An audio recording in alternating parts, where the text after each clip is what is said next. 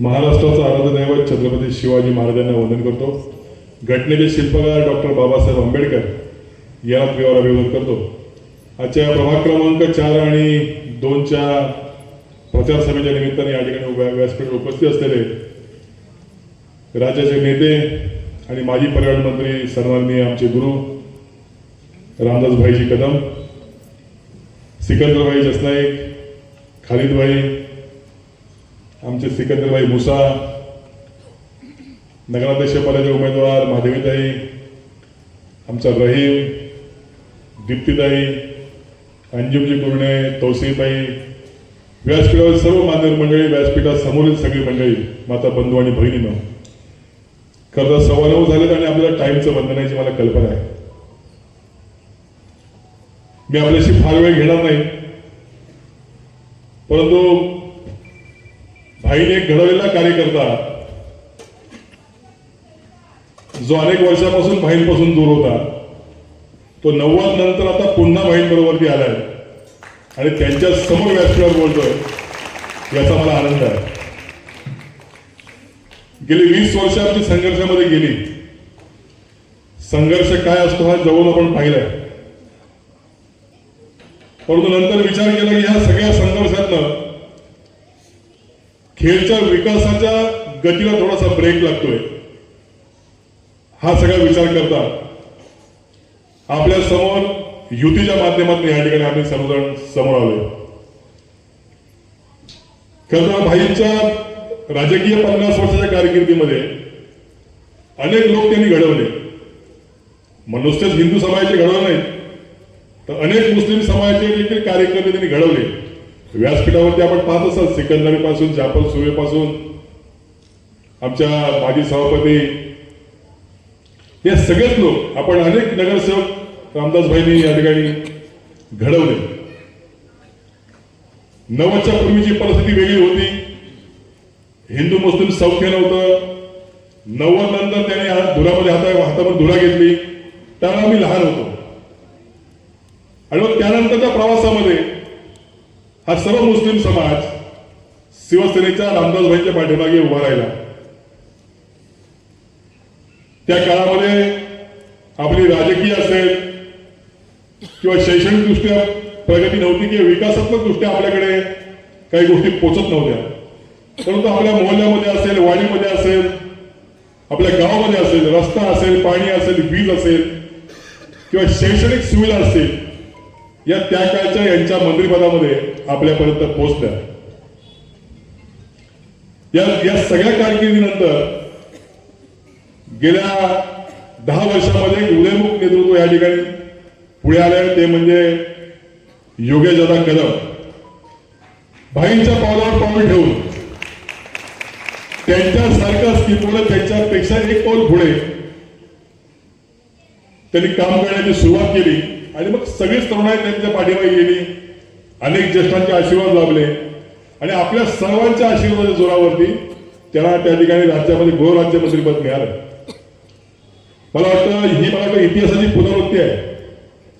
रामदासभाईंच्या कारकिर्दीमध्ये देखील त्याला पहिलं गृहराज्यमंत्रीपद मिळालं होतं आणि त्यांनी महाराष्ट्राच्या या सगळ्याच एकंदरीत वाईट गोष्टीला लगाम घातला होता. तशीच काहीशी परिस्थिती आज आपल्या समोर येऊन ठेवली. योगेशदादांच्या माध्यमातून देखील अतिशय उत्तम काम सुरू आहे आणि गेल्या 10 वर्षामध्ये खेडच्या नगरपालिकेच्या प्रभागामध्ये किंवा भागामध्ये कोट्यावधीची विकास कामं आपल्याला पाहायला मिळत असतील.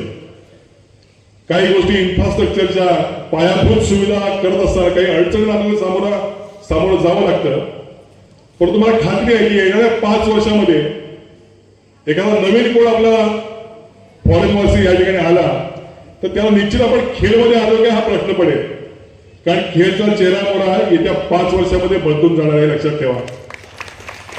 अनेक पायाभूत नळपाणी योजना असेल, रस्त्याचं रुंदीकरण असेल, आयलंडची सुशोभीकरण असेल, बागा असतील, कचऱ्याचा प्रकल्प असेल, क्रोकोडाईल पार्क असेल, असे अनेक विविध प्रकल्प आहेत. रस्त्याला या असं आपल्या खेड शहराला बायपास रस्ता असेल, अनेक सुविधा. तर थीम पार्क करणं आहेत, दवाखाने आहेत, शाळा आहेत, किती नावं घेता येतील. म्हणजे विकास कामं नावं घेताना दम लागेल एवढी विकास कामे या ठिकाणी आहे. आणि म्हणून विकासाच्या बाबतीमध्ये आपल्याला कुठलीही कमतरता नाही.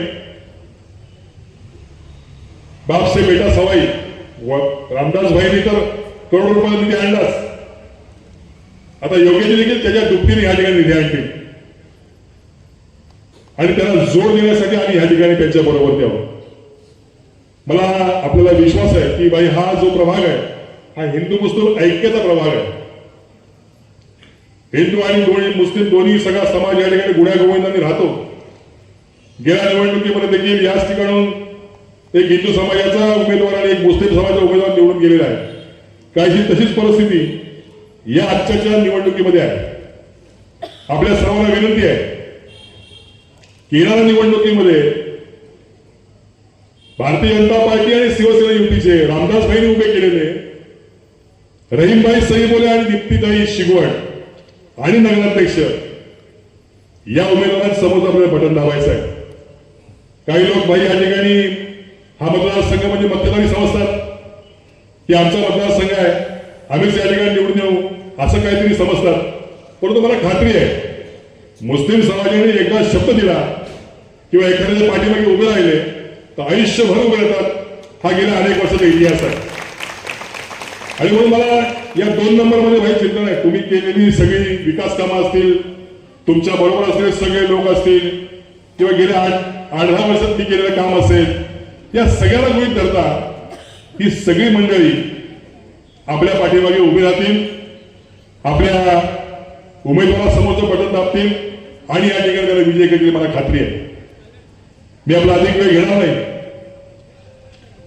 रामदास भाई आणि वैभव खेडेकर हे गेल्या अनेक वर्षापासून समीकरण आपण पाहिलं असं या निवडणुकीमध्ये इतिहास घडवण्यावर 100% आहे. 20+1 अशा पद्धतीचा राज्यामध्ये रेकॉर्ड ब्रेक आपण करणार आहोत. आणि भाई गेल्या अनेक दिवसापासून आम्ही या सभेमध्ये फिरतोय, अनेक वाड्यावाड्यामध्ये गेलो, प्रभागामध्ये गेलो. आता आपल्या समोर उद्दिष्ट एवढंच आहे की आपल्या प्रभागामधल्या उमेदवार रेकॉर्ड ब्रेक मताने निवडून आणायचा आहे.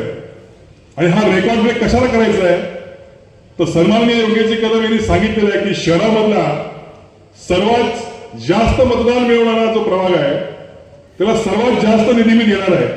आणि म्हणून 2 नंबर आणि 4 नंबर प्रभागाची आता जबाबदारी आहे की आपल्या जर प्रभागामध्ये जास्त निधी यायचा असेल तर आपल्याला युतीच्या उमेदवारांच्या पाठीमागे उभं राहणं आवश्यक आहे.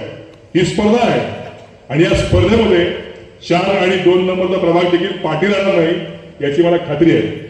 म्हणून भाई तुम्ही निर्धास्त राहा.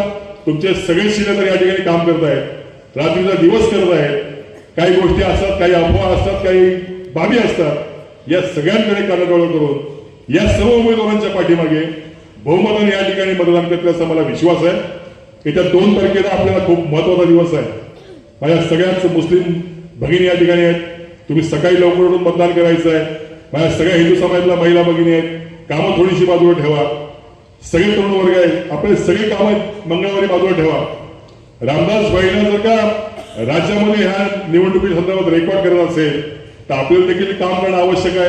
आपण देखील मेहनत करणं आवश्यक आहे.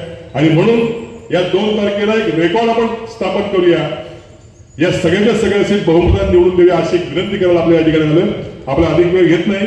मला या ठिकाणी बोलण्याची संधी दिली त्याबद्दल मी या ठिकाणी आपले धन्यवाद मानतो. आणि या 5ही उमेदवारांना त्यांच्या विजयासाठी शुभेच्छा देऊन थांबतो. धन्यवाद. जय हिंद, जय महाराष्ट्र.